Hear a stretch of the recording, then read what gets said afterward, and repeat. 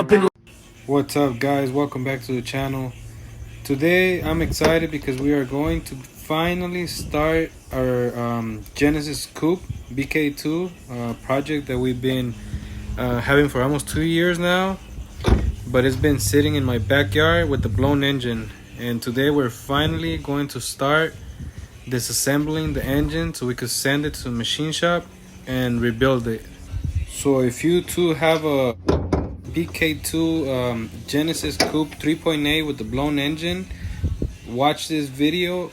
It might help you out so you could get your car back and running as soon as possible, because these things are beautiful and they need to be on the street.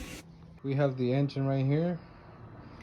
Well, actually the actual engine is over there, but that one, the piston broke and it scratched the cylinder wall, so we had to go pick up another engine. Got this one from a friend that was parting out his car, and it had a rod knock. The engine still spins perfect, and there's no holes in the block, nothing like that. So we're gonna take apart this engine, full rebuild, and then we're gonna be taking that engine off the transmission over there, putting this engine on that, and then swapping everything back into the Genesis.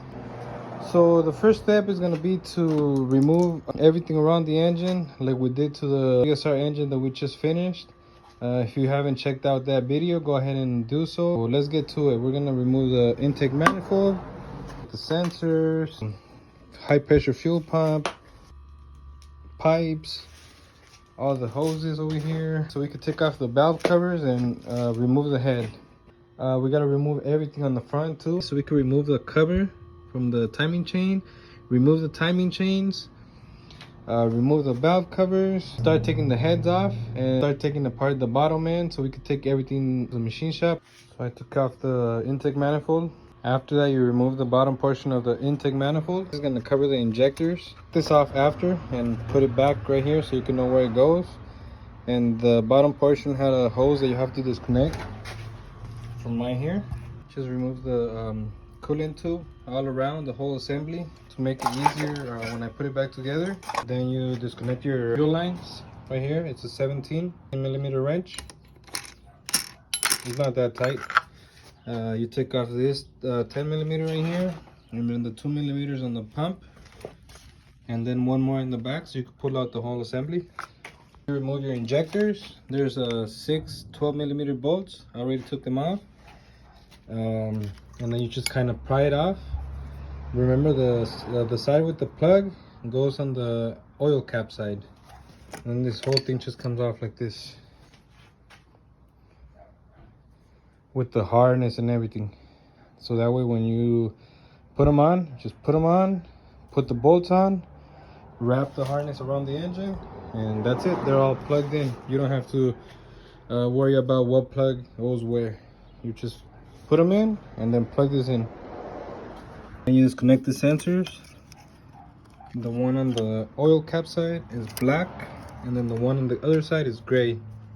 So are the sensors up here, gray, black.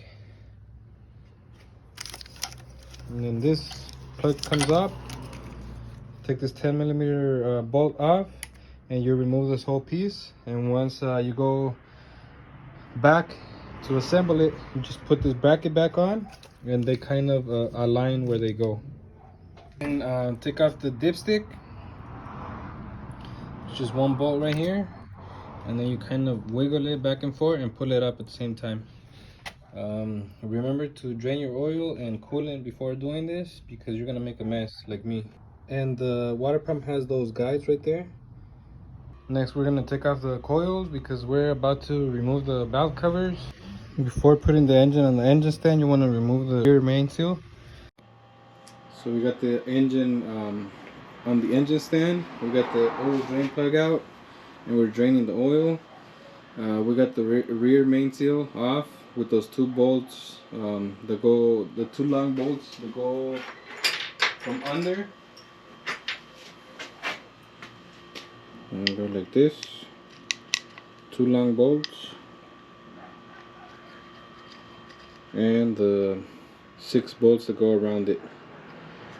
And right now we're about to start taking everything off on the front of the engine. so we could take the timing cover off. So let's go ahead and set a time lapse and take care of that.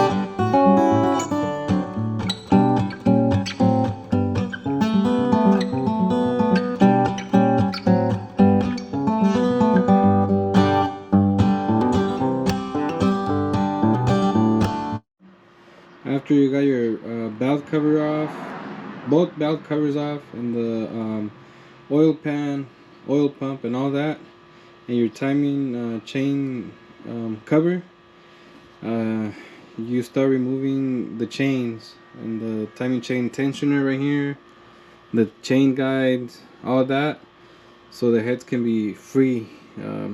They're not tied to the bottom end. Once you do that, then you can remove the head bolts, and then the heads are ready to come out. So let's go ahead and start getting all the chains off with the timing tensioners and all that good stuff, so we can get ready to remove the head. So we got mostly all the engine taken apart. Now we're gonna start removing the cams, so we could remove the head bolts and take the head off on both sides.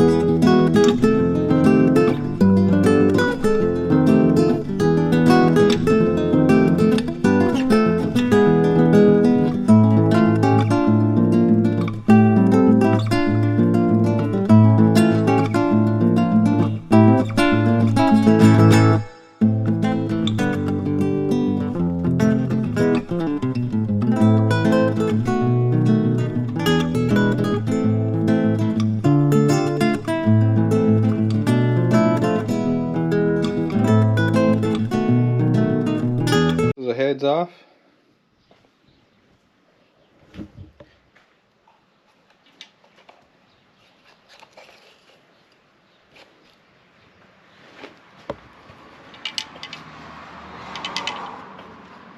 And these pistons don't have any movement, but these two on this side, when I push them down, they knocked, like they went down and then they made a clicking sound.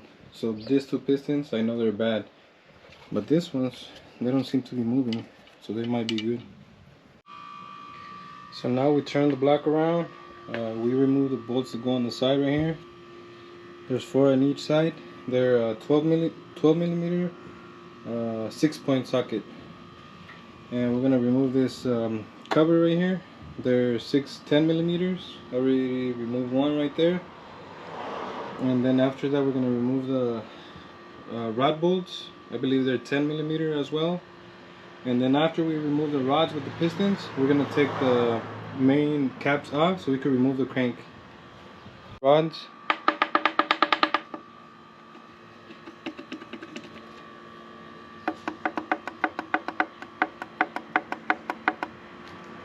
This one has no movement, and this two over here have no movement. It's just the 3 in the middle. 6 pistons and rods and everything. I have the bearings over here. These are the somewhat good ones.